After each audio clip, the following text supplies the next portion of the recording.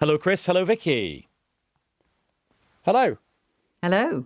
That was like the Eurovision scores. That was a bit She's living in Westminster. I was just down the road. Have we come up with a name for this week yet? Because it's when nearly all the big parties are launching their manifestos. Well, yeah, I suppose to that end, it's sort of manifesto week, isn't it? I mean, not It's all not very of jazzy, them. though, It's not very. It isn't very jazzy. You have been doing this for 3 weeks, though. Week so. 3. How about half empty? Yeah, exactly. How about week 3? Oh, there you go. Yeah.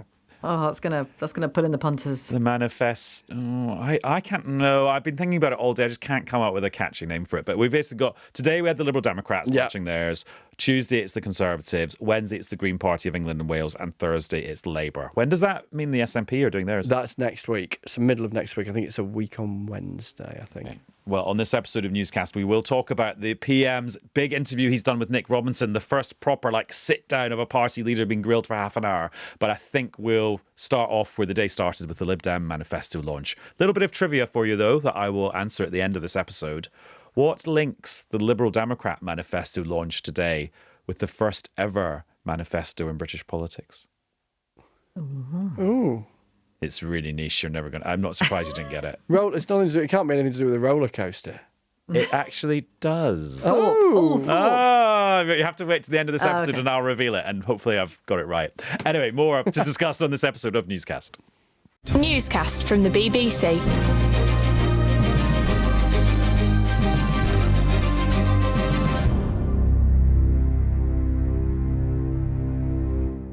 Hello, it's Adam in the studio. And it is Chris in the studio.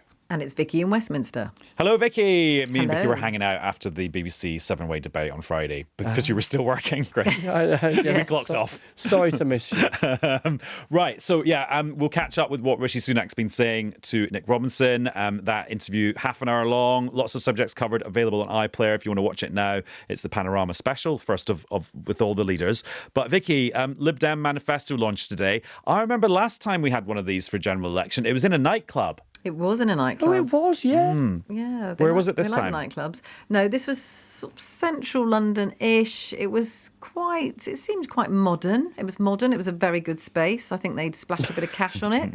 It was all quite slick. What I did notice, and I haven't asked them if this was deliberate, the colours they've used, they weren't using their normal gold. It was much more orangey, like the old Liberal days. Interesting. And they do actually in the manifesto talk about their history as the Liberal Party and then the Liberal Democrats. So there's a little bit of continuity there. But Vicky, I mean, as manifesto launches go, it was a pretty classic, quite retro thing, wasn't it? Bunch of activists holding up placards, Ed Davey walking backwards and forwards, speaking without a script. Yeah, that's right. I mean, I think he had his autocue speech planned. He was surrounded by Liberal Democrat candidates, many of them who obviously hope they're going to win their seats. You know, they're very targeted in this campaign. So I think what was interesting is this was the national message, if you like. You know, the manifesto, he's very proud of the fact that it's very closely costed, he says. It's got lots of policies in there, very much centred on health and social care. But the reality is they're running an extremely targeted campaign, really focused on just a few dozen seats, where they are second to the Conservatives and feel that they are the only ones who can beat the Conservatives. So it's very much, if you want the Tories out, vote for us. But this was the national message, I suppose. And Vicky, it was so interesting for me I watched it live streamed on my phone at home this morning before I came into work. And I thought, oh, this is interesting because actually Ed Davey's talking about all these policy areas. And yeah, we're going to take the Lib Dems seriously on their own merits, because in the last election, they kept on getting sidetracked by this thing of they were presenting Joe Swinson, their leader, as their candidate for Prime Minister. And so every interview was like, you seriously suggesting with the electoral system we've got, you guys are going to be in government? And they had to spend ages kind of talking about that. Yes. Then before that, it was always like, well, if there's going to be a hung parliament, who will you support? The party with the biggest share of the vote or the biggest number of seats? And they could never get onto the message about policies. So actually it felt like going back to sort of 2010 when we asked the Lib Dems questions about what they actually stood for and what they actually think about policy areas. But then you stood up and you asked a question about their influence in the next parliament rather than on the subject. It's that difficult thing where you obviously take all the parties seriously and you go through their manifesto. But when you've got a manifesto, I think, was it 116 pages? It's very detailed. You know, you've got to be a bit realistic about this. if the current polls are anywhere near true, they're not going to get anywhere near power. So there is a question about how much influence you can have. And of course, their aim really is to become, again, the third party at Westminster, because that brings with it some added kudos, doesn't it? You get a Prime Minister's question every week. You get more money. You get more places on select committees. So you can influence it in that way. But of course, you're not very likely going to be in coalition government, or certainly not in government. And he wasn't going to make the mistake of saying, like Jo Swinson, I'm the next Prime Minister. Of course, she then promptly lost her seat. We'll dive into the details in a second. But Chris, what's your take? And for example, their slogan is a fair deal. What's the deal? So the big focus is on the NHS, which no doubt Vicki will be able to flesh out from having been there. And then the big strategy, as Vicki says, is one of real geographical targeting, not spreading themselves too thinly.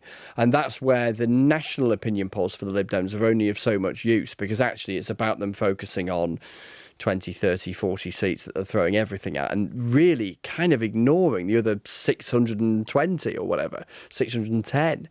So it's super focused on that. Then you've got this curious strategy that we've reflected on before with Ed Davey, which is to reflect on opposite ends of the kind of emotional spectrum. So we've had him goofing around like an embarrassing dad. That's been the recurring theme. And even today, you know, he was on a roller coaster at Thorpe Park just outside London.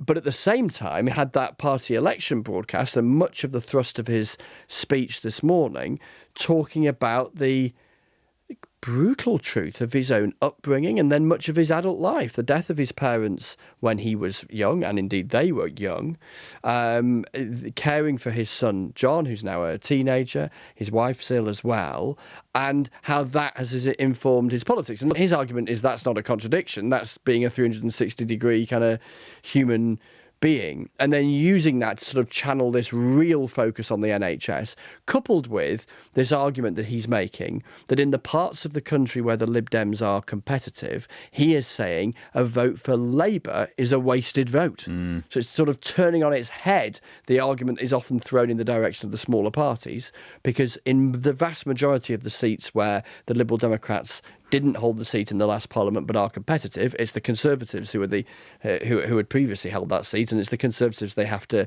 overhaul, and so they need to squeeze all of the non-Conservative or even anti-Conservative vote into the Lib Dem column to give them the best chance of beating the Conservatives. Right, let's hear from Ed Davey, majoring on health and social care, which, as we've just heard, was a massive feature of this quite long manifesto. Talk to anyone in the NHS and they will tell you a major cause of the crisis in our health service is the crisis in social care. Right now, there are thousands of people stuck in hospital beds well enough to be discharged but unable to leave because the care they need at home or in a care home simply isn't there. After years of Conservative chaos and neglect, the scale of the challenge is enormous, so our manifesto doesn't shy away from that. We are putting forward a bold, ambitious and fully costed plan to tackle the health and care crisis from top to bottom. This is a manifesto to save the NHS. And he got lots of applause from his activists. Although I noticed the longest applause was later when he said, and we need to reform the voting system so that it's fairer to Liberal Democrats. So you can, something's never changed with that party. Vicki, what's their prescription, though, for fixing health and social care? Well, it's really to spend more money in some places, an extra £3.7 billion a year on social care. So the way they will spend that would be to make sure that care workers are paid at least £2 above the minimum wage. And that's, of course, to try and tackle the vacancies, get more people working in that sector. Carers allowance, an increase of £20 a week for that. And also raising how much carers can earn. In addition to caring duties, there's minimums that you can earn before you start to lose money. So all of that adds up to quite a lot of money, but they're going to pay for it. And they say it's costed, and they say they'll pay for it by raising taxes. Now, not income tax, not VAT, not national insurance, but raising taxes on banks who have had some kind of tax breaks previously, social media companies, oil and gas companies, and then changes to capital gains tax as well. It's interesting reading the small print, though, on some of the health stuff. So one of the big things they've said is, we'll give everyone the right to see a GP within 7 days or within 24 hours if it's an emergency. Okay, having the right to do it and there being the resources available for that service to be delivered. And then what do you do if your right is not available to you? That's maybe not as dramatic as it sounds to say you've got a right to it. Yeah. It's so interesting, isn't it, in this stage of an election campaign, or in any election campaign, really, particularly for a party that realistically is not going to be part of government. And it would appear at this stage, as far as the polling is concerned, in so much as we attach too much significance to it, that they're not likely to be in a place where they've been in the past, where they could hold the balance of power. That whilst journalistically we should be scrutinising the logic or the funding of a policy proposal, it's the sentiment that matters more, arguably, because a savvy voter will realise that they're not going to be wrestling with how they actually deliver this in government. It's more about articulating a sentiment that a voter can either agree to or not. Well, the same with their policy about people being able to see a dentist. Actually, they're just saying you can see a dentist in an emergency, or if you were going to undergo certain medical treatment and needed a checkup beforehand. This is not like guaranteeing easy access to a dentist for everybody all the time, but it is highlighting what they call the dental deserts, where it's really hard for people to get any dental treatment at all. And I think really the most, when you think about getting their policies implemented, they have very little chance of doing that. The most likely way a policy will be implemented is if another party nicks it off them. And I think the fact that if they have costed this, there might be that the other parties look at some of these things and think, oh, yeah, actually, maybe that is quite a good idea to rake in a bit more cash from taxpayers. Well, especially if all the tax rises the Lib Dems talking about don't superficially appear to affect anyone normal. Yeah. It's like billionaires, it's fat cats in the city and Silicon Valley. So, yeah. There is an interesting one on aviation tax, actually. Oh, yes. Which I didn't quite get to the bottom of how this is going to work, but they think that they could raise $3.6 billion by penalising frequent flyers alongside a super tax on private jet flights. But basically they're saying if you only fly once a year for an annual holiday, for example, you wouldn't pay more, but then it goes up the more you fly. But you sort of think of the logistics, the bureaucracy of an airline knowing how this is going to happen, or do you have to fill out a tax form? Well, no, you'd have to have a government-sponsored frequent flyer card, wouldn't you? Like a government-sponsored Avios card. Other frequent flying programmes are available to see how many flights you've got. Although, Chris, I was intrigued to see there was a mention of the EU in there. But in the old days when they were all like, let's reverse Brexit, or let's rejoin the EU. 114 out of 116, I think you'll find. Yeah, and it's now the plan is to rebuild the relationship, bolt on lots of extra things to the existing Brexit deals, and then, Chris, rejoin the single market. But we all know that comes with all sorts of pitfalls and conditions and potential benefits. It's so interesting because the Lib Dems have always made the case that they're this sort of proudly pro-European party, but when you look at the geography and the demographics of the vote that they're courting, so often it is in places and which were very strongly for Brexit. And then also I think there's that collective sense, I think, at Westminster, which may or may not be reflected beyond, of a kind of just lethargy about the whole topic, just not wanting to rake over this thing that just consumes so much energy and bandwidth and all the rest of it for so long, that there has been this sort of sense of just not talking about it. Labour and Conservatives don't really want to talk about it at all.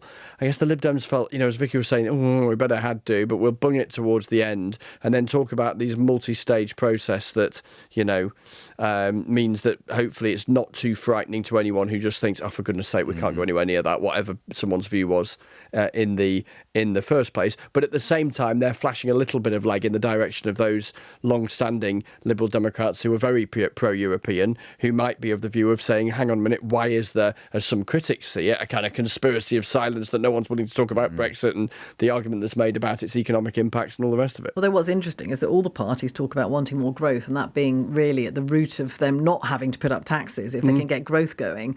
Now, Ed Davey did talk a little bit, only when he was asked about this, and talked about a new trade deal, and he thought they could get a much better trade deal than the current government has in order to boost growth. But as you say, the party's not really willing to go there. Would you like to know the answer to my little trivia teaser? Oh, yeah. So, because I was thinking it probably couldn't be roller coasters on the basis that the first manifesto may have predated the first roller coaster. Wow. I think it's Thorpe Park.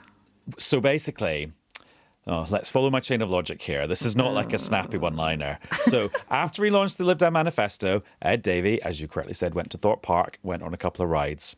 The first manifesto in British politics was the Tamworth Manifesto, published in 1834 by Robert Peel. Mm-hmm. Robert Peel's home is now Chessington World of Adventures, another theme park. That's the link. That's Get it? Never gonna get that. Get it? Anyway. That would have almost been good if his first home had been Thorpe Park. Yes, that would have been good. Well, that's when I first saw the pictures on social media and I didn't know it was Thorpe Park. I was like, is it Chessington World of Adventures? Because that would be amazing if it was. I mean, amazing to one person, me. Anyway, do you know what would be amazing, though, if you two listened to my new series, which is on Radio 4 and BBC Sounds starting today. It's called Understand, the UK election. Oh, yes. I heard a little trailer on Radio 4. Yes, I did as well. Yeah, so if you go on BBC Sounds, type in Understand the UK election, and you'll get the first half of it. It's 10 parts.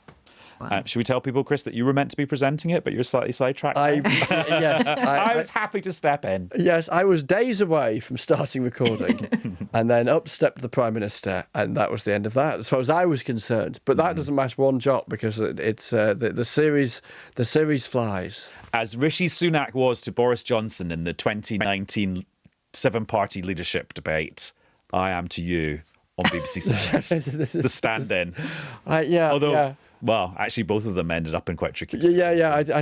I think sort of stretching that comparison. Sounds like you're going to further. depose. You're going to depose Chris and take over.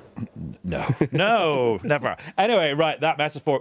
The reason I did that link was to get us into the second half of this episode of Newscast, which is chewing over the half-an-hour sit-down interview Nick Robinson did with Rishi Sunak. This is the first of a whole series of specials for the Panorama programme where Nick grills the party leaders. Chris, my first takeaway from watching it was actually it's happening at all because, Boris Johnson didn't sit down with Andrew Neil for his equivalent last time round. And actually, Rishi Sunak's not been very present in front of the TV cameras since the end of last week. No, I mean, it has been the weekend, to be fair. True. But no, he hasn't. And actually, as Nick acknowledges in a piece he's written for the BBC News app, this time, I think he's doing 7 party leader interviews. All of the leaders have said yes, that they will sit down and do these near half an hour proper interrogations on primetime telly and on iPlayer, where you really get a sense of what somebody stands for and what they're like when they're under scrutiny. And that's kind of the democratic process working at a point of time when people are most interested in said democratic process. And actually, the thing is with these interviews is that they are not primarily for the super aficionados.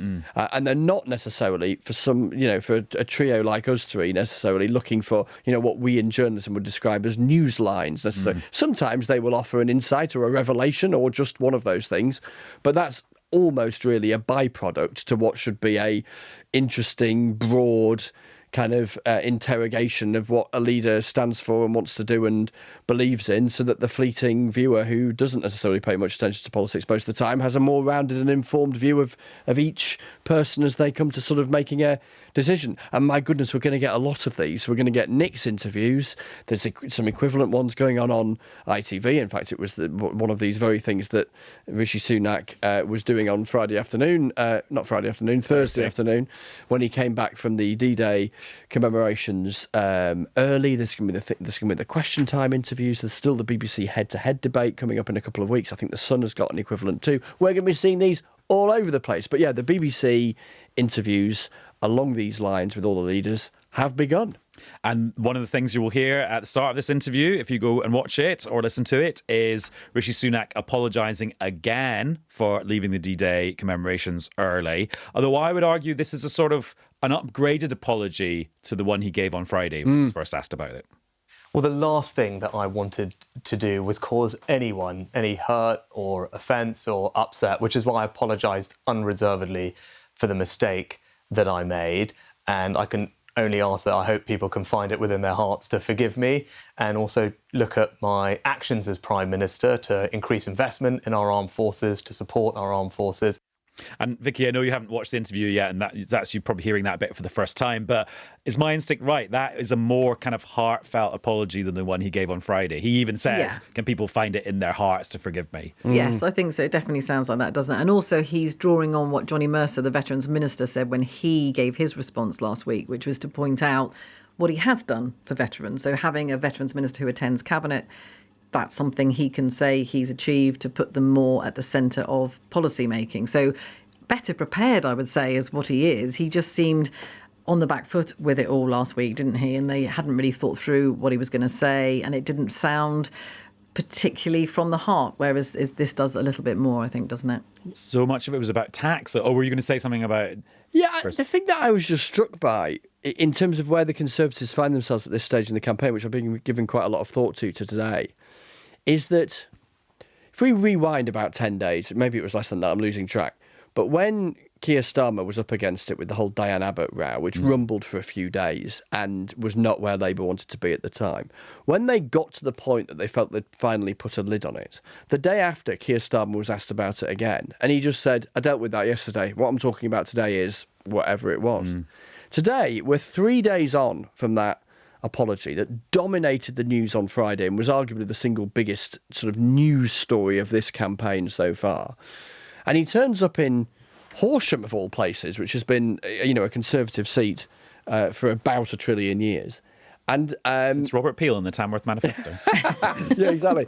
And then, as Vicki was saying, it is even stronger and more quotable, bluntly, in what he's saying, pleading for forgiveness.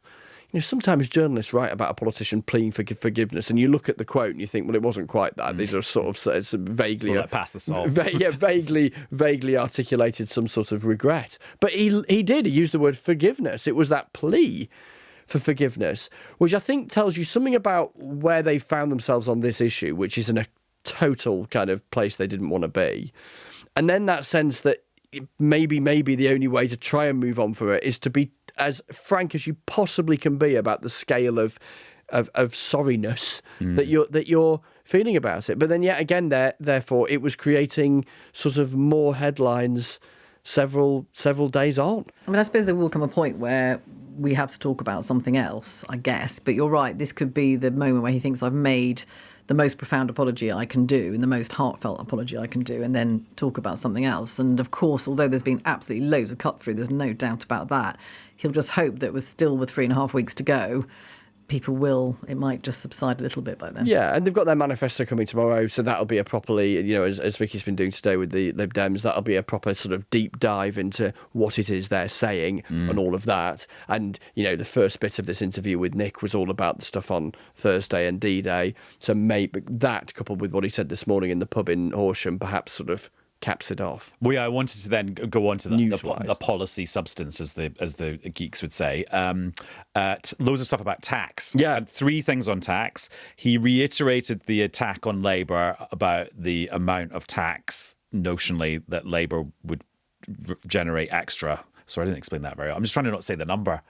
Over the weekend, I was like, maybe I should stop saying the number, the £2,000. But I haven't found a form of words that's better than the £2,000, which is why they keep saying the £2,000 Labour tax bombshell, isn't it? So he very much, in the interview... Anyway, he said it again. He did say it again, and he sort of dismissed, when Nick put to him, the sort of range of criticism that's been made from the Statistics Authority, from the senior civil servant of the Treasury, etc., etc. He said, I'm dismissing all of that because I think it's fine, And then the second bit was where actually he got quite bullish about the current tax burden. And Nick asked that question that Conservatives get asked all the time now, where he said, well, you say that you're a party of tax cutters, and okay, you cut the rate of national insurance twice, but the overall tax burden on the whole economy is the highest it's been in decades and decades and decades.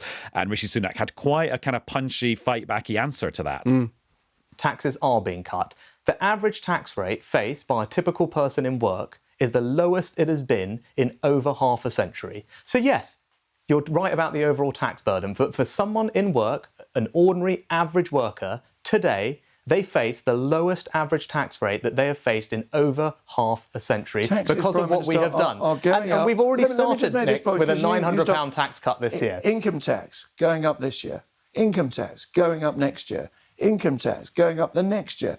year after year after year, you are increasing the income tax. Nick, Are people watching this programme, but you come in interviews and say, I'm cutting your tax.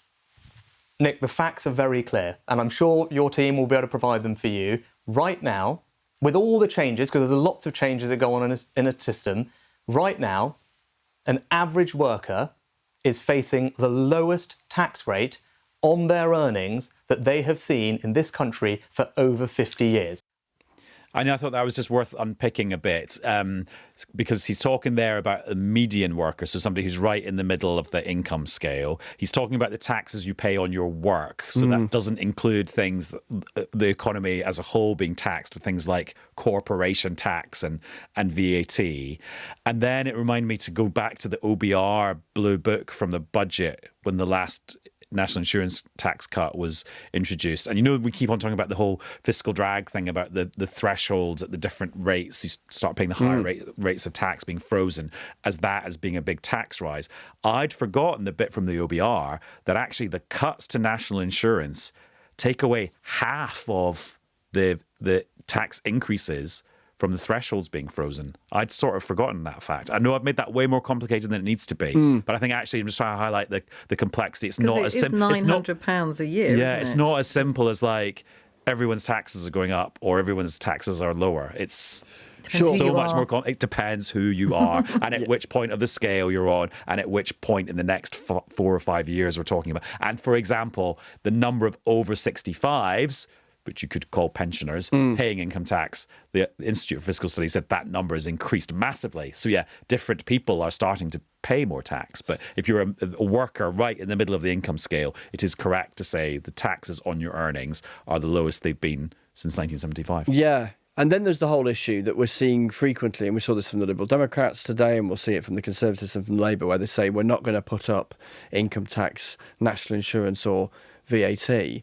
But they're talking about putting up the rates as opposed to, as you say, the whole thresholds business of people being hauled into a higher threshold, where on income tax, that's where the Conservatives and Labour are, which will mean, for those affected, paying more income tax than they are currently paying.